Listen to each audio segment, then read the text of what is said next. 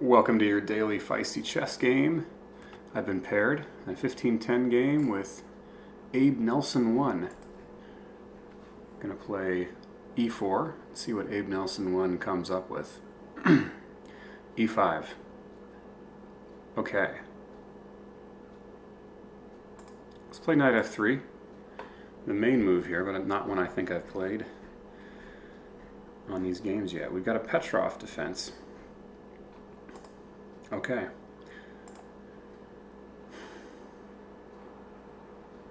Let's go in for the main line. D6 is the usual line. Okay, he's going to play the Stafford Gambit. Oof.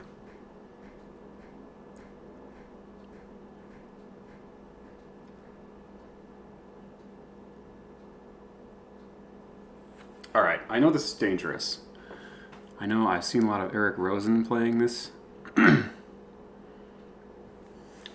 Let's do it. I don't see a better way to test this other than taking.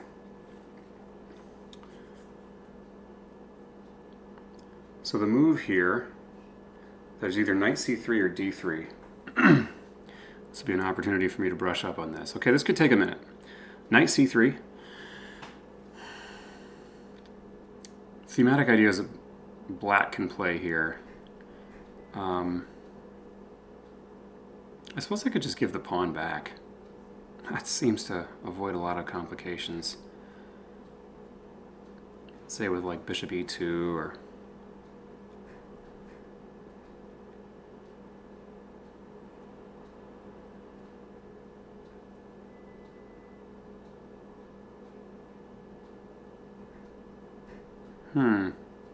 Looking at bishop c4. And if knight takes, I wonder if I have bishop takes f7, check. King takes, queen takes h5, check. No, he's... I don't have another fork to recover that knight after g6. I have... I do have... Well, that gets me mated, doesn't it? Yeah, I can't afford to pick up the rook in the corner in that line.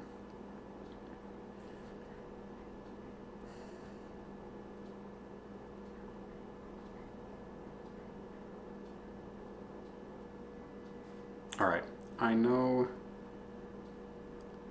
d3 is a pretty safe move.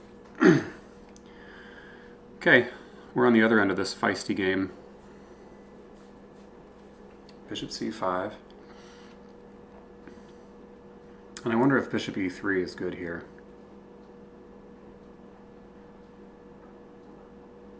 Or maybe I could play b4.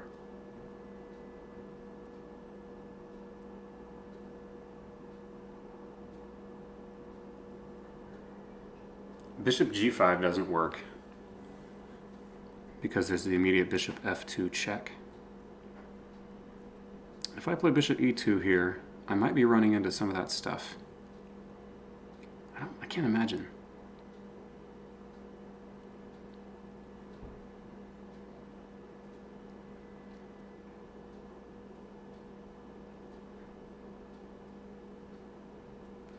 Bishop to e3, after takes on e3, takes on e3. He's got a lot of initiative with like knight to g4. So I like bishop e2. I don't see what black would plan to do after bishop e2. I know there's some wild stuff in this. My bishop kind of shuts down that knight.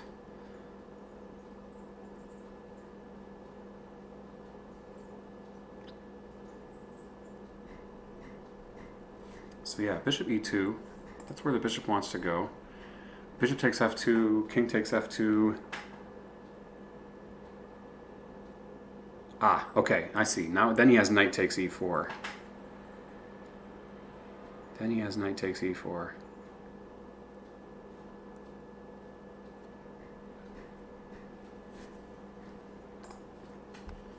That's the ticket.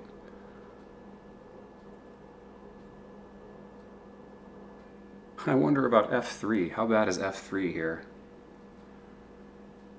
That'd be a stubborn move to make. You can still go bishop f2, but no. Okay. That is a piece sacrifice.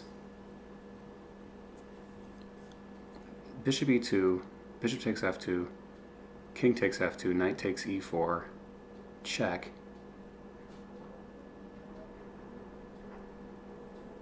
King g1. Knight. That's met with queen d4 check.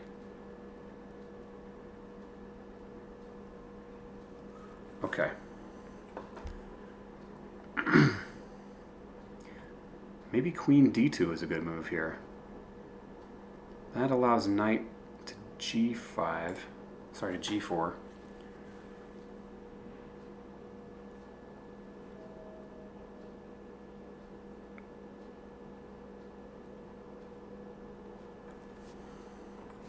This is why knight to c3 would have been maybe... Well, I don't know if it's better, but it's a different idea, because then that actually protects the queen.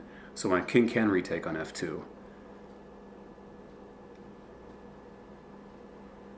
Bishop e3, takes, knight g4. I should be fine after like queen f3.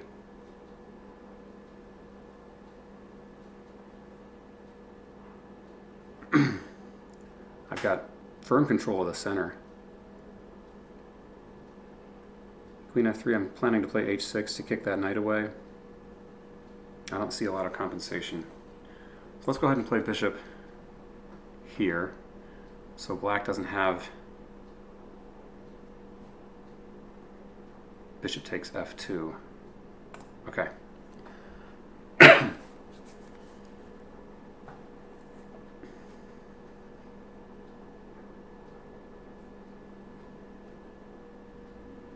If he goes knight g4 immediately, probably just queen d2.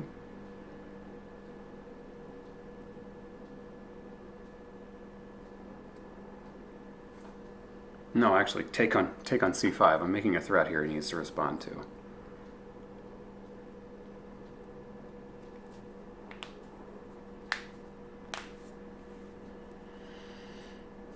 Sometimes it's helpful just to know that you're walking into a dangerous gambit, so you know you need to stop and pay attention. And I'm happy that I saw knight takes e4. But who knows, there could be another surprise awaiting me here. Bishop g4, I can just play bishop e2, and I'm quite comfortable. I've got a solid center. He'll need to sacrifice a piece just to break that up.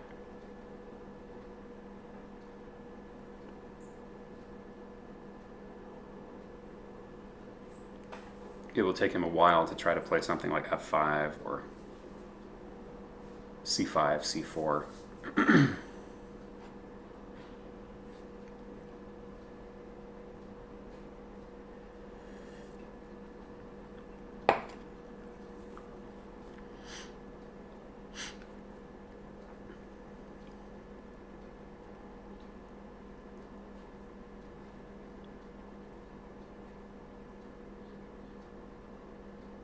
Yeah, dangerous but unsound, this Stafford Gambit.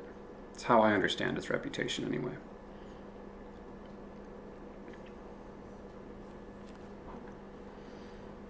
I think taking is the only idea that makes sense. That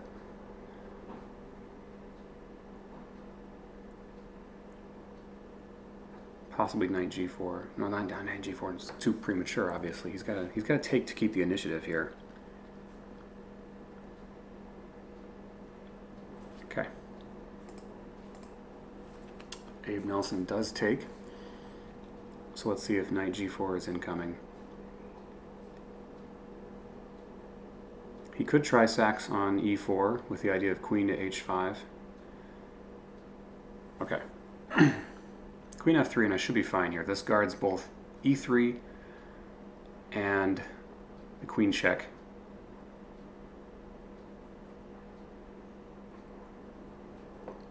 He might be able to recover his pawn. I don't think so. Queen f3, and then I can meet queen h4 check with g3.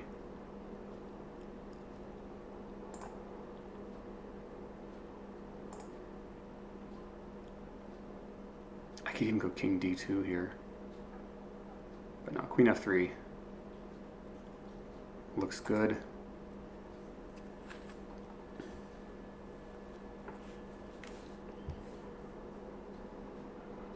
And even if I play h3 to kick the knight, queen h4 can still be met by g3. And I'll still be attacking that knight because the queen on f3 will guard the rook on h1. So queen covers the third rank and covers f2 if that's relevant, and also is going to cover that rook in a lot of critical lines. It has left c2 in the defense of that square, but I don't see a way that white can attack that. Okay.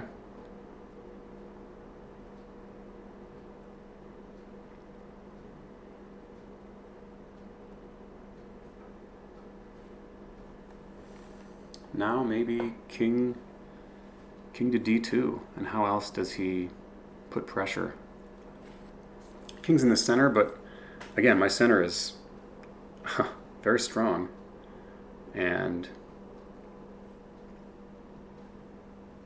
yeah, king d2, and then I'm playing h3 next move. I don't like king e2 because once his knight can move out of the way, and then he's got bishop coming to g4. Queen f4 is the only alternative here. King d2 or queen f4. Queen f4 threatens a queen trade. Then I'm looking at queen h4 check being the forcing alternative. g3.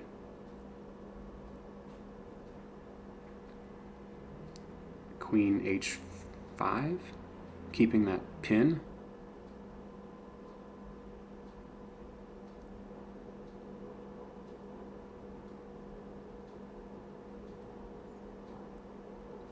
I think I'm just going to go for king to d2. My knight can come to c3. I shouldn't have a hard time coordinating my rooks. d2 is a good spot for my king. I stubbornly hang on to this pawn. And I like my queen on f3 better than f4. So rather than let him play queen f4 check before I play king d2. Yeah, also that would allow a knight into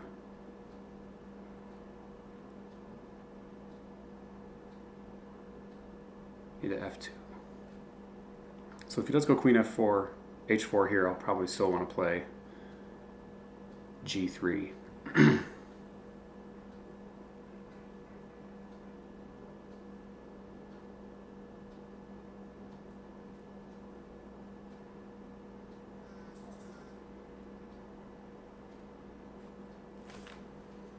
Looking good. Keep an eye on that time, though. He just goes for castling. He's got knight to e5 if I kick the knight, so that only seems to gain him some time.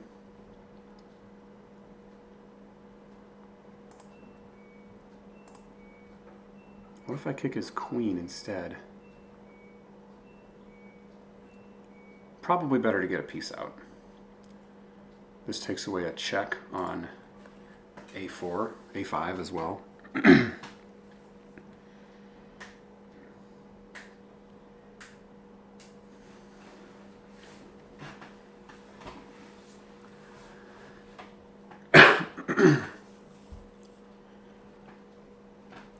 Actually, yeah, h3, knight e5, queen f4 looks good.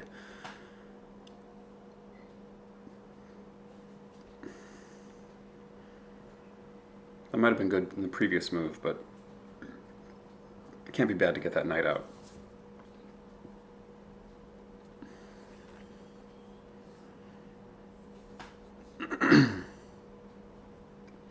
if he should pin my d-pawn, for instance, the knight adds extra protection to e4. Okay, he's going for f4, f5.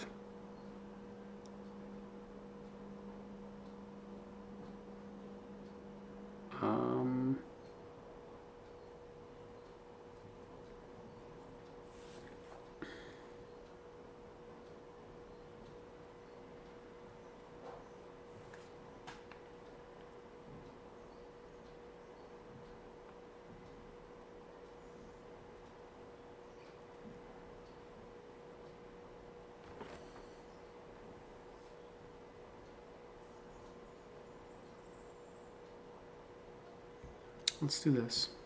If he has to go queen f6, I'm looking to get e5 in here. And if he has to go queen f6 to stop that, then I've kind of gotten rid of his threat to my queen. I think he might be able to win the pawn back now after trading queens. Yeah.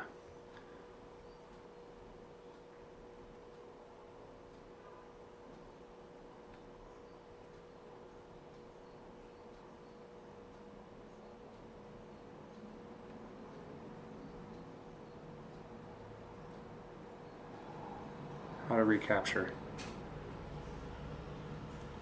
Get our bishop out with tempo.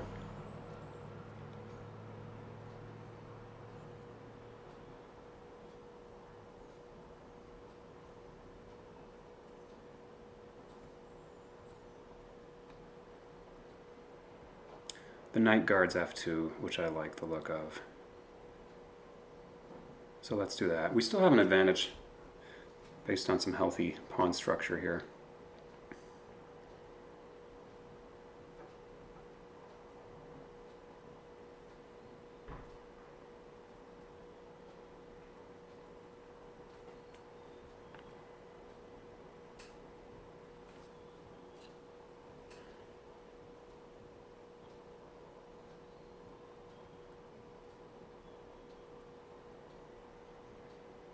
Let's just develop.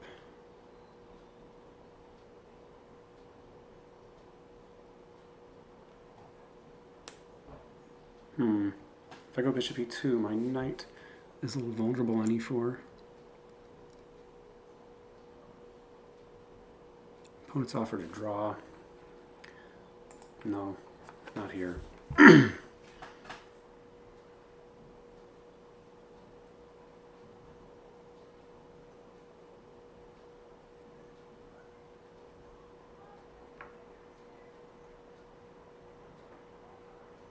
G3 looks worth considering.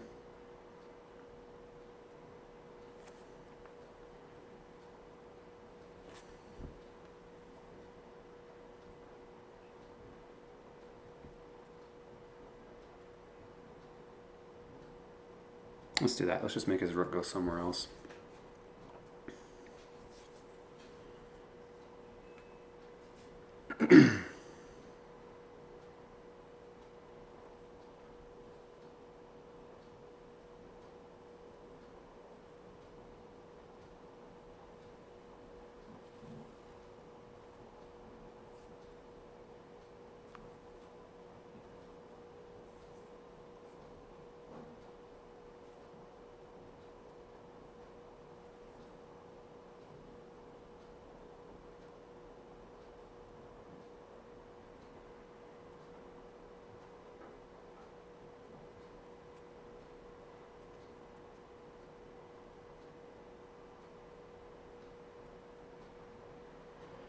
I also have a king position advantage here.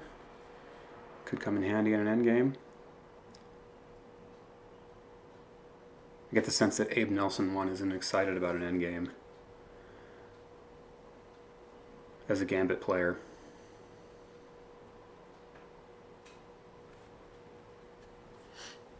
I'm looking at tricks here if, say, rook back to the first rank or rook back along that file somewhere. I could play bishop h3, and then he might think knight f2 is playable, but I could actually take on c8 then, and if he grabs in the corner, tries to win the exchange, knight takes h1, I've got an in-between check, bishop e6 check.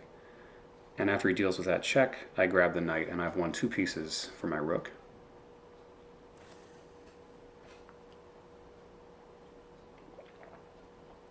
That's one possibility.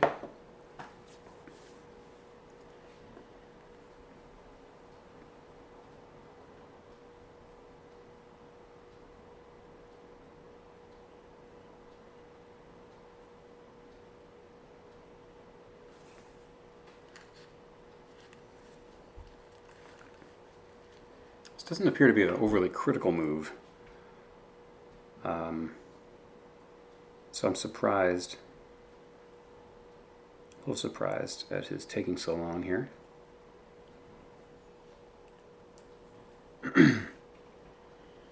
My rooks look like they want to come to e1 and f1.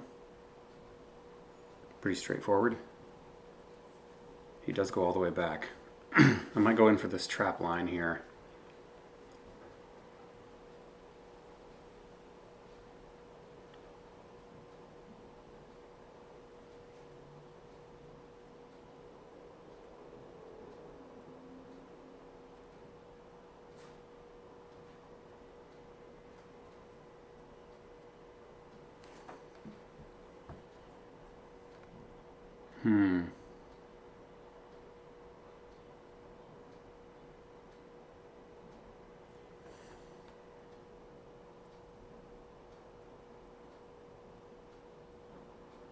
It doesn't really work. It's not a very good trap.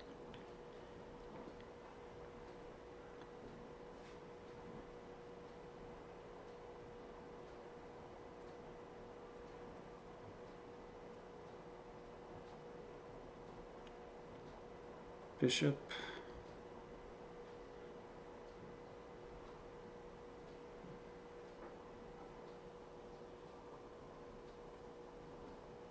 E2 or G2? Let's put it on E2.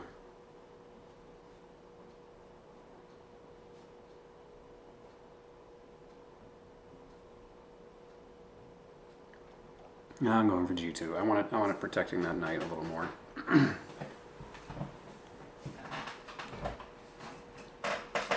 And we'll get our king's rook to F1 shortly.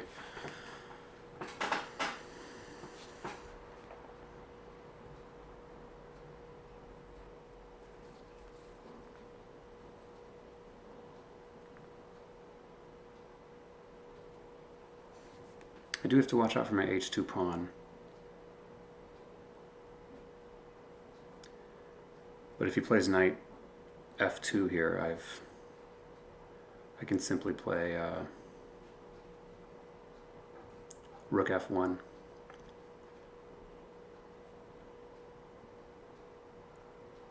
And if he takes my knight on E4, I go rook takes F1 before recapturing, and then I'm on H7 after recapturing on E4 with my bishop.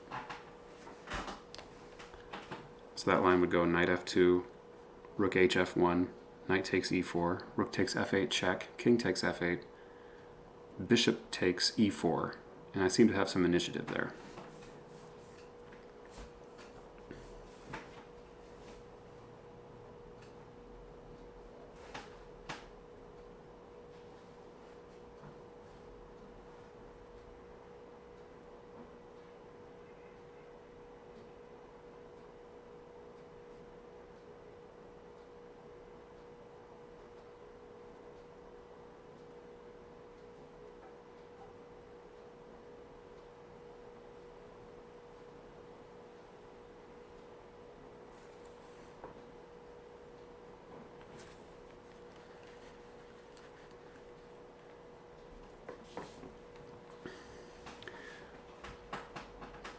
I could also consider D takes E4, and that gives me a passed pawn. He's got an unuseful majority on the queen side, and I have an extra passed pawn. That might be the way to think about this. My bishop would protect it. My king can hide behind it, maybe. So that's a good winning plan, is to plan on recapturing with a pawn on E4, giving me a passed pawn, which gives me some winning chances. Okay, Abe Nelson is using a lot of time in this phase of the game.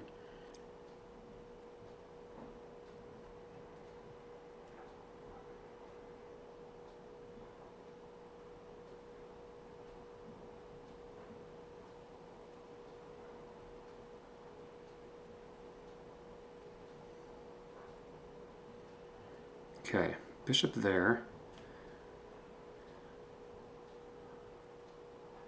Looking at ideas of knight c5 here. Not sure how useful that knight is there.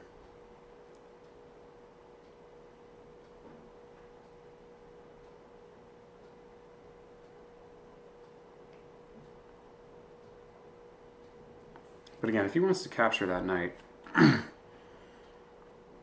he's making a threat. I'll need to capture with the bishop. Okay, this is complicated. I need to watch f2. Really need to watch f2 here.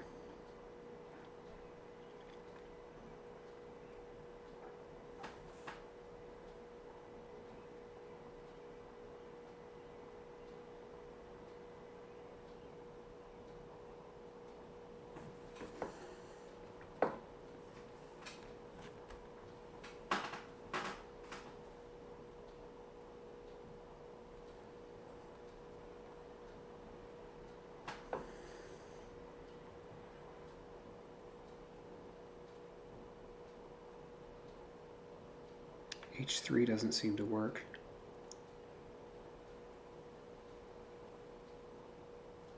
If I bring a rook to e1,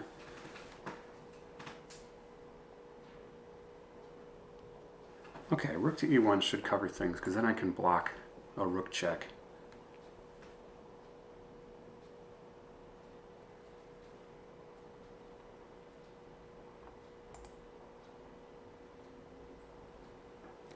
Rook e1, bishop takes, let's say pawn takes. No, this doesn't look good. We'll play it safe and bring this rook all the way here. We're still losing our h2 pawn in that case.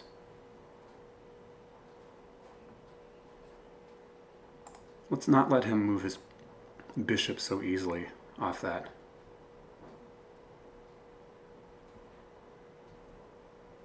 Let's play knight c5.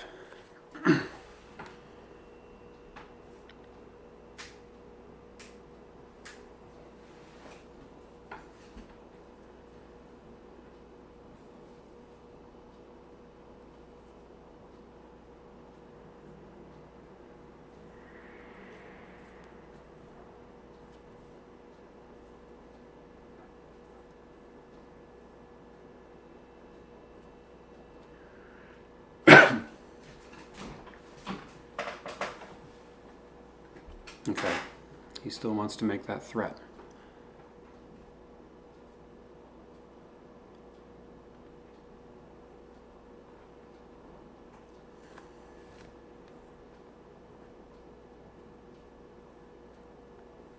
Rook e1 should solve these things, right?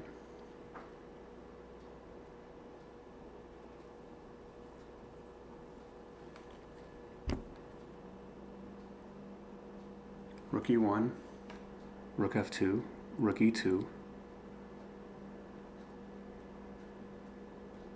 Yeah, that's fine.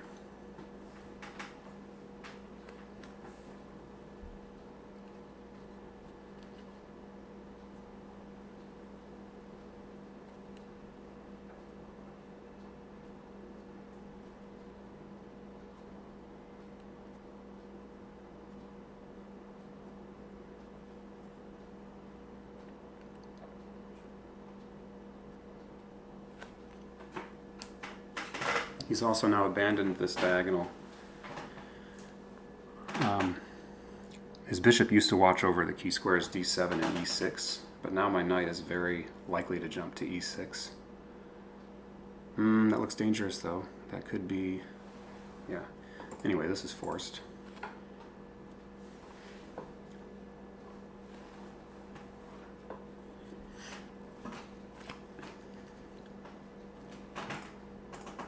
Okay.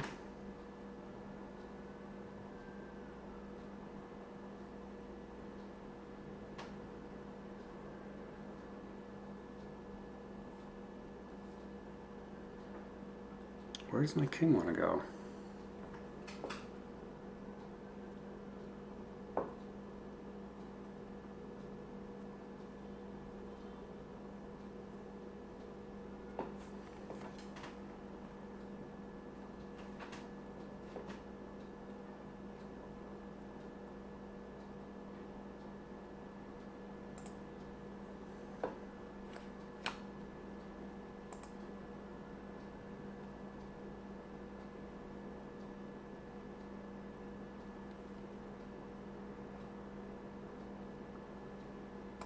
Let's just simplify a bit. Now my king does cover f2.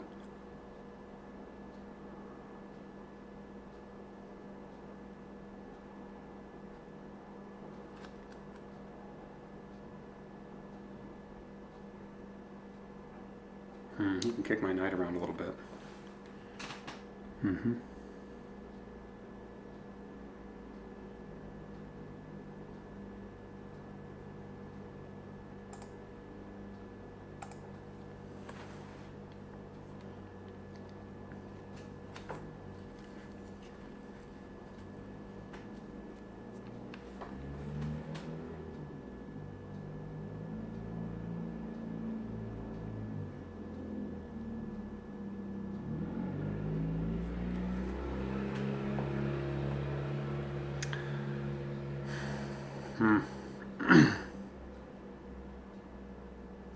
Okay.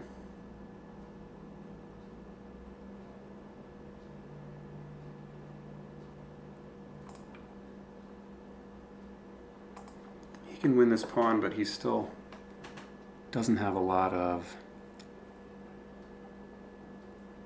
winning chances with his pawn majority over there, especially if my king has a better position. So I'm not happy about this. Not super happy about it, but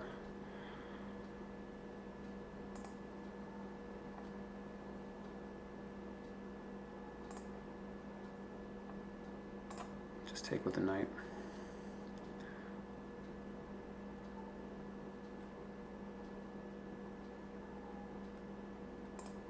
Okay, we're hoping on the principle of all rook endings are drawn here. We've got our king with some initiative.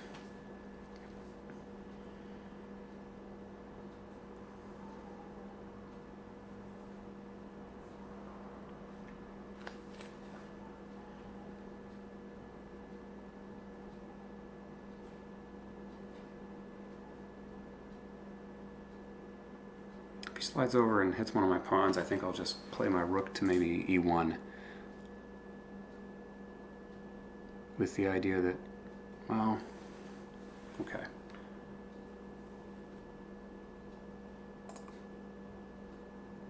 Let's activate our rook. Prevent his king from coming in.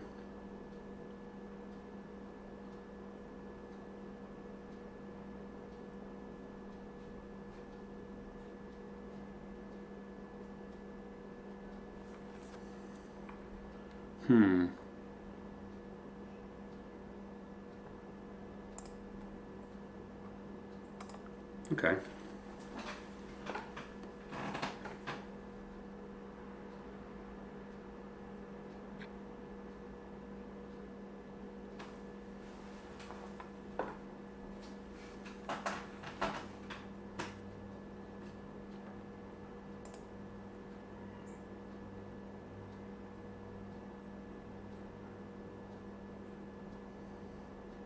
To d1 or e1?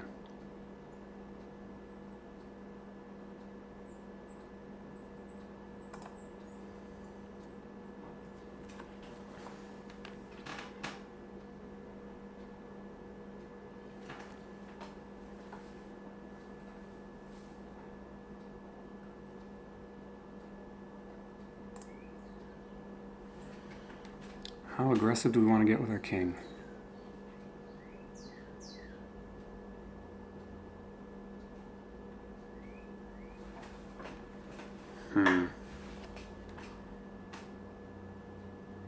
Doesn't have another check if I go to c4. Well, he does, but it can't be good.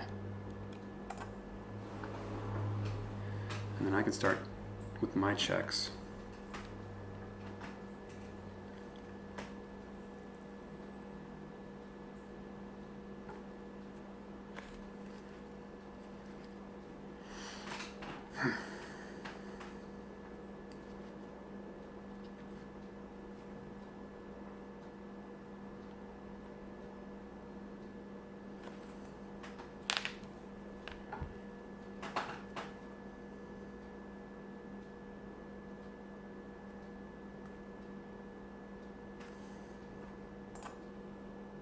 Okay, if he goes rook f1, then we might just repeat.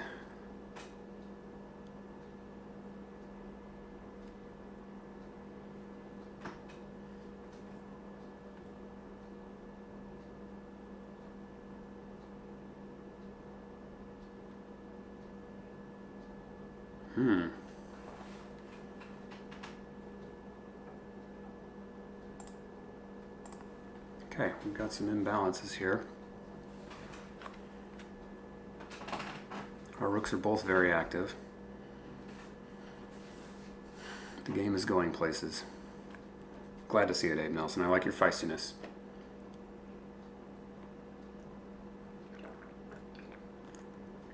If he goes to the third rank, I might be able to pick up the c6 pawn with check. If he comes towards my rook, I will probably be taking up one of these pawns. Okay.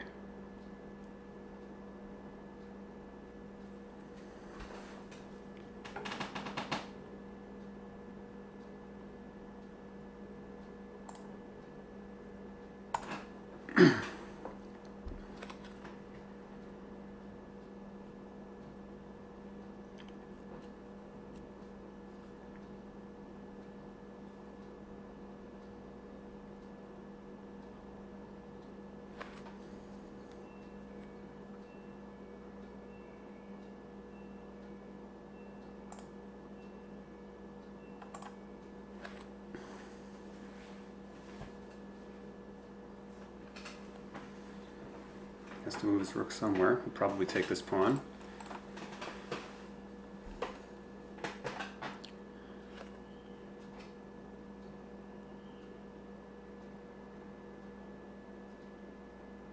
At which point I can grab a pawn with check and then come back to the 7th rank and threaten to take another pawn of his.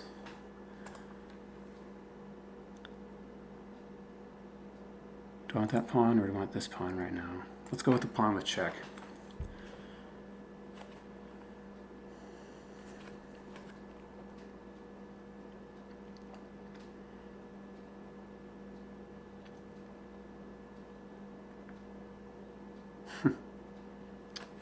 Kind of a somewhat rotationally symmetric position here.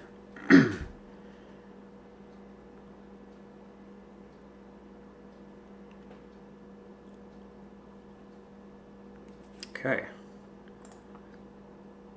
This does give me the opportunity to go back to the 7th.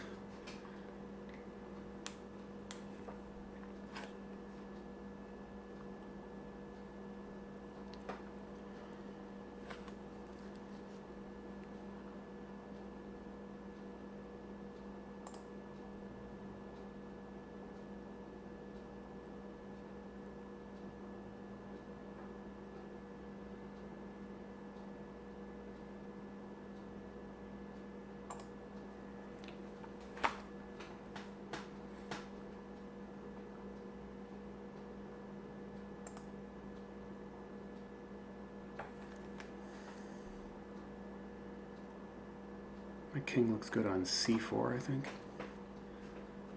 If he takes, I can take his h-pawn.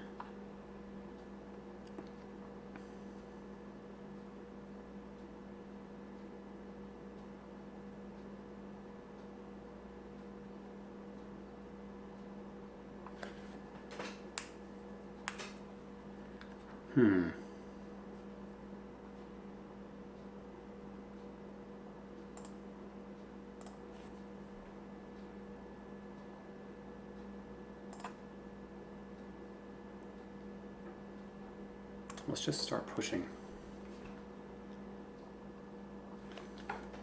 He has to consider some things here if he wants to take with the king. He does. I think he's considered them well.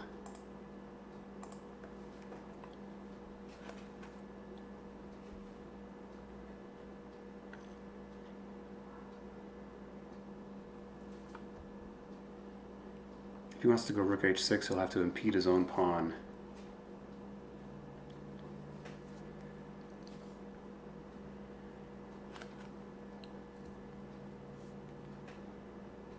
Yeah, he does. Okay.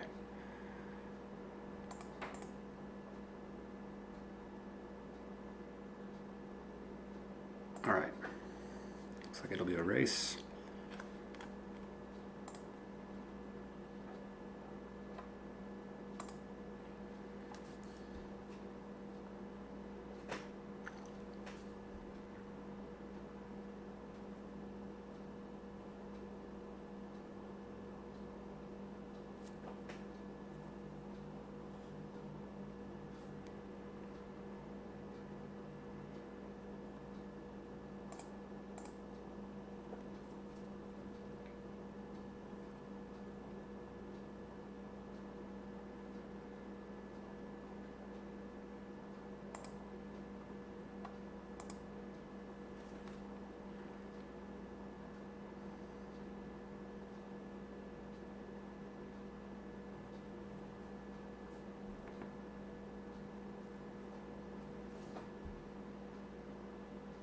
I think I'm in trouble. I think that H pawn of his is going to get me in trouble.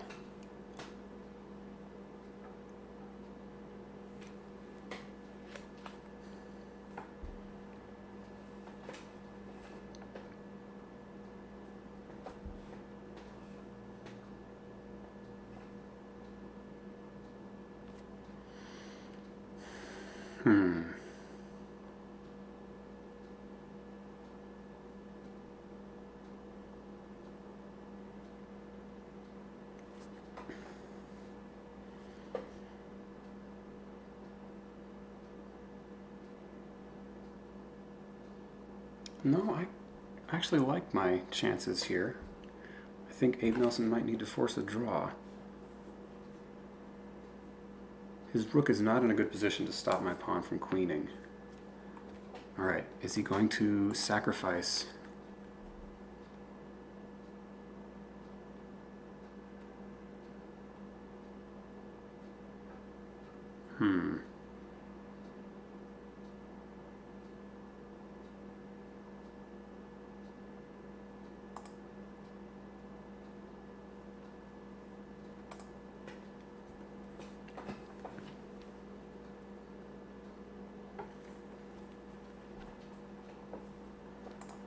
I can repeat once, I'm not afraid of that.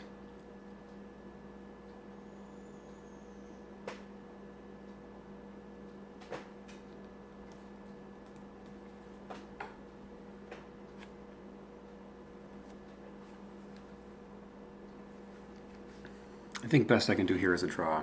Thinking just repeating. King b6, rook check, king b7, rook takes, king takes on a6, then no, I will have a draw yet. If he lets my pawn get to a7 though, he'll have to force a repeat. Even if his pawn should queen, if my king is on a6, I can take that h pawn of his with check, and then come back and skewer the queen and the king.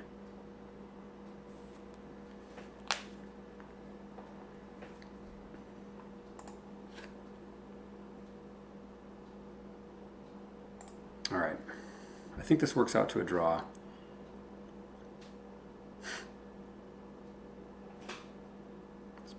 Put the ball in Abe Nelson's court here. We'll pre-move this. Yeah, he made it.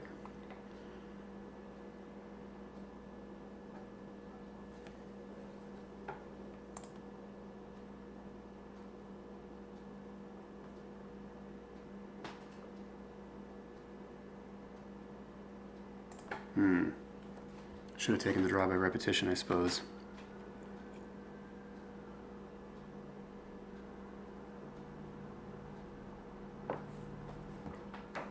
Now once he moves his king down,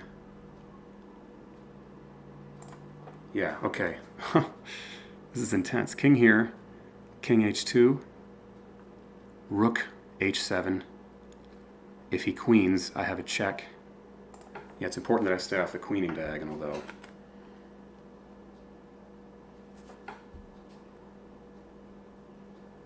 So this will come out to an interesting draw.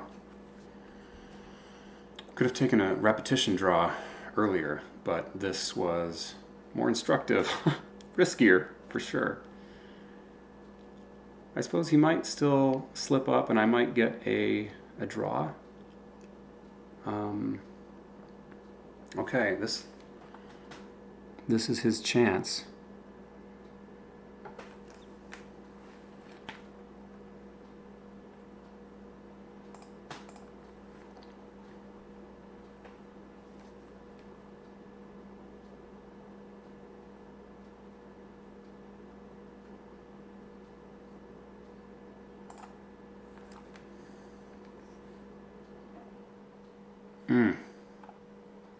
I'm not going to get there.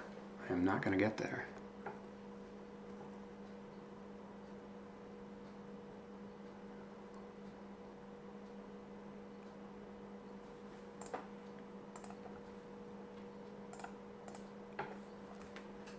Yeah, okay.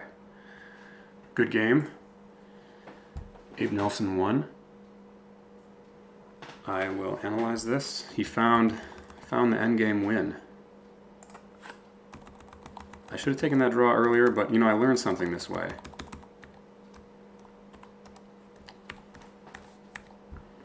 Okay, let's do some analysis. Lots to learn here. Computer will do its thing. Chess.com, some tough competition at these rating levels. I'm seriously 300 points higher on Lead Chess than I am on Chess.com. I didn't think the gap was that big. Yeah, not used to playing knight f3, so I don't have a given system against this. Actually, usually when I played knight f3, I end up going for the Cochrane Gambit. I don't know if that's any good after knight c6. This is the idea.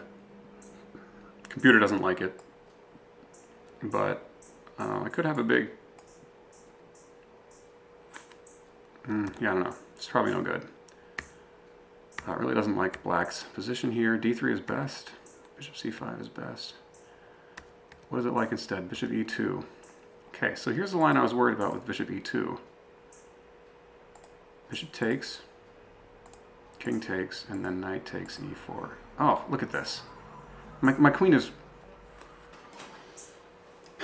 My queen guards the pawn. So bishop e2 would have been fine. I gave myself lots of weaknesses. The gambit is not that good. The line is very simple to refute it. Bishop e2, knight g4. Okay. Can I not just take? And then queen h4 gets the piece back.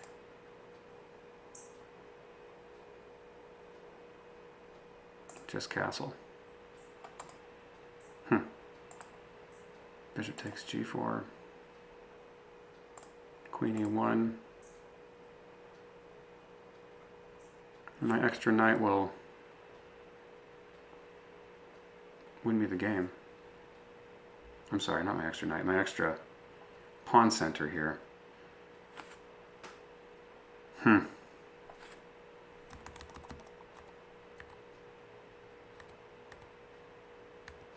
Yeah, I was worried about this because I thought I'd have to retreat with my king because I thought my queen was unguarded, but that's a really ridiculous thought. Too pessimistic. I'm too pessimistic lately.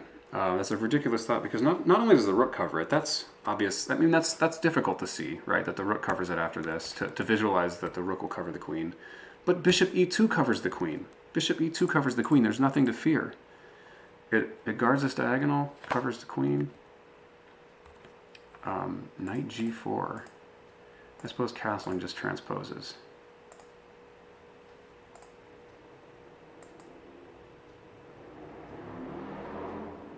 h5. Okay, that allows h5.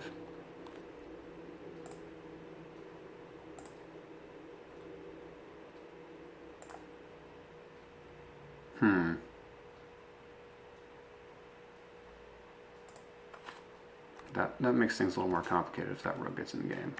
So you just take the knight, the h-file stays closed, and I'm just up a healthy pawn here with a nice looking pawn center. I got the right bishop for the job. Yeah. So, okay, but still, after bishop e3, I'm still better.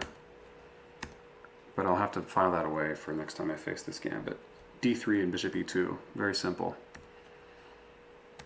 Queen f3, queen g5 is inaccurate. It likes queen f4 here. King d2 takes away all my advantage. Let's look at queen f4.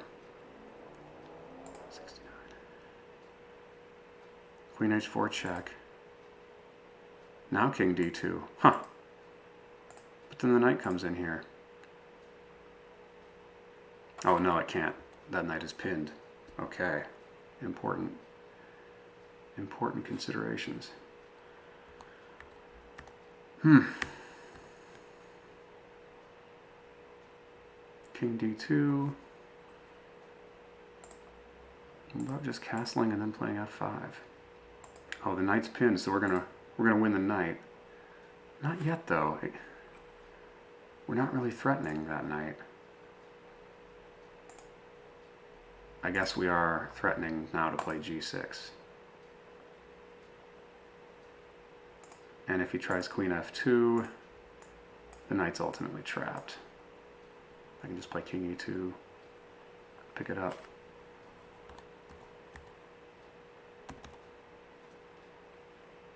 So f5.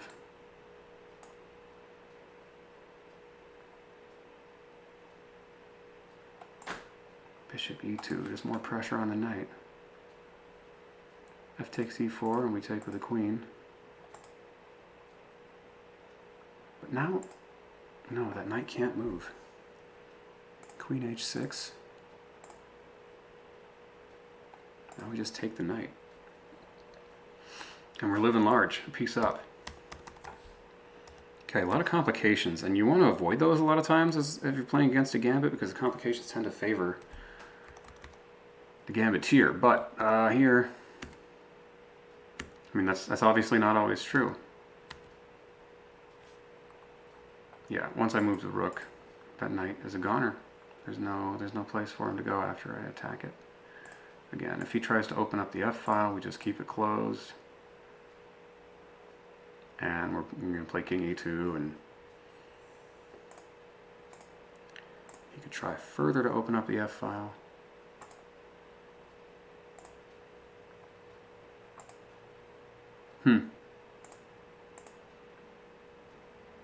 This is actually fairly interesting stuff.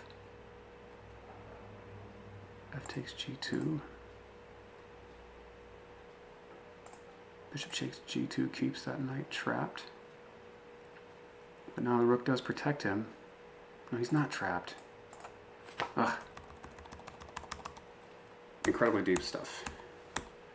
15 minutes is not enough. Okay, but as the game went, king d2, castling is inaccurate. Knight c3 is inaccurate. You probably wanted bishop e2.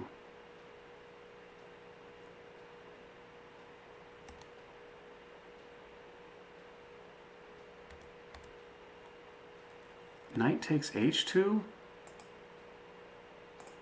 What's the rationale here? Rook takes h2, queen e5? Oh, we're going to hit both of these rooks. Wow.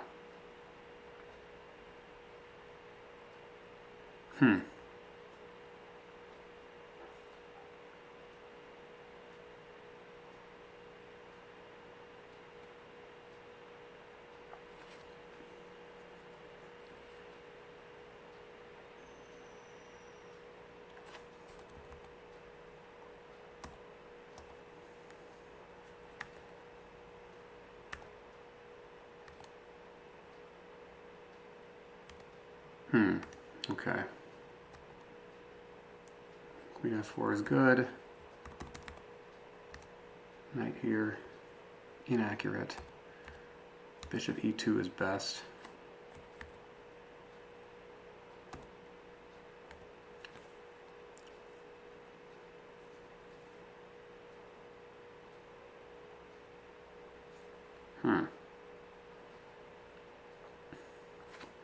I'd also considered h4 here.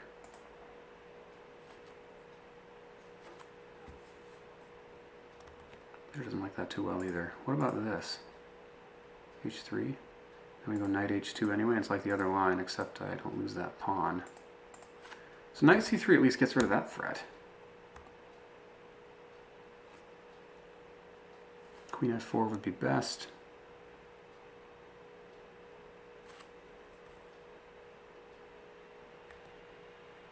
Bishop e2 is best here. What about queen e4 here? f4, sorry. Now there's queen a5 check. Okay. I don't know. Knight c3 looks good to me. f5. h4 now. Now it likes h4.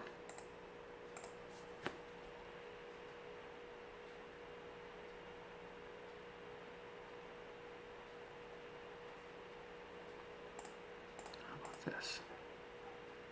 Oh, queen takes f8. Yeah, then we're going to rook. Queen f4 is good. Yeah, and this is how white wins back. Black wins back his pawn.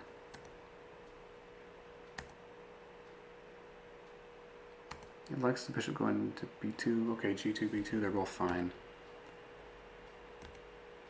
Knight c5 is best. Bishop g6 is inaccurate.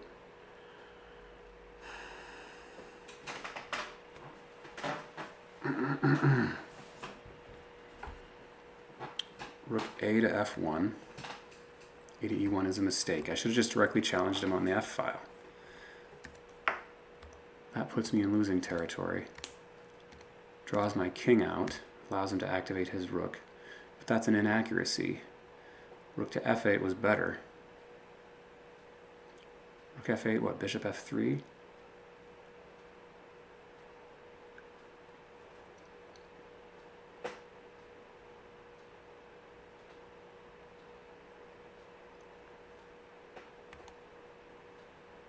Bishop e4 is a mistake. King d2, keeping it simple is best. And then rook f8, and that threat is still there. Rook to e1 again. Sure, okay.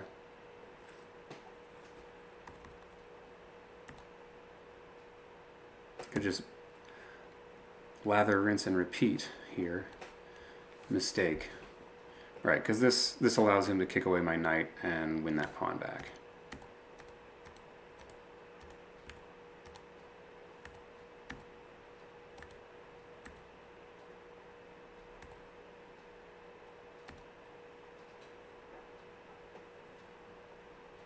Likes rook takes f6, going into that king and pawn endgame. No, thank you. That would be difficult to hold. Difficult to hold that. I had an easier time holding this.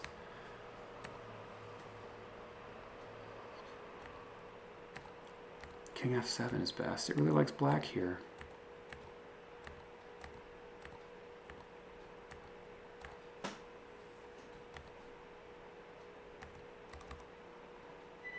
King a4. Interesting. King g4 is a mistake.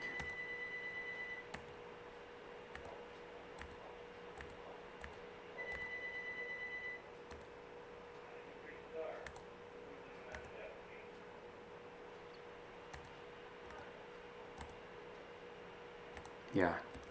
So at what point did he lose his advantage? Rook g7 is best. King f4 is better, keeping his king more centralized. Now a5, my plan actually works. g3 is inaccurate. It still wants to get the king to the center. a6 is best.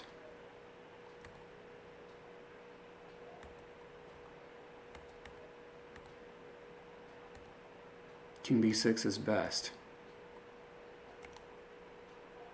Okay, this is a draw. King takes a6 is a blunder, of course. That pre-move I made. Oh, the pre-move. It would have been a draw if I had just taken with check while I could have. The pre-move. All right, I'm turning pre-moves off. 10-second increment is fine. You shouldn't need to pre-move. Okay, this is really instructive. I did not see this. I did not see this at all in the game because I pre-moved. So be careful of pre-moves. You know, you watch people do that on blitz. It makes sense on blitz and bullets to use pre-moves. But here, I was just like, oh, I know I'm going to make that capture. I didn't actually consider. If I hadn't pre-moved, I might have actually hovered over this and considered, hold on, is there anything better? Right? You always do that.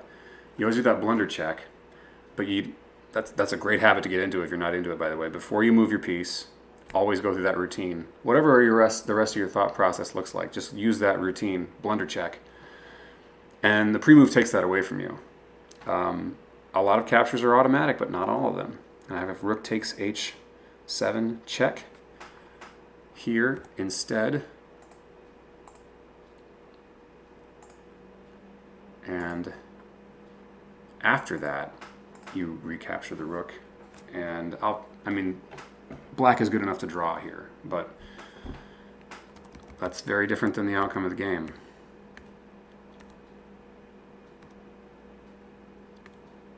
Now I'm losing. Just losing. And black knew how to do this. Credit to my opponent. What's his name? Why don't you show me his name? Abe Nelson. Credit to Abe Nelson for figuring out this win.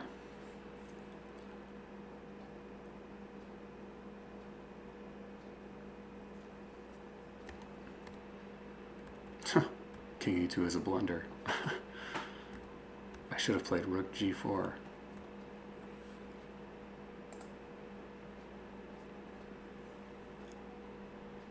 Okay.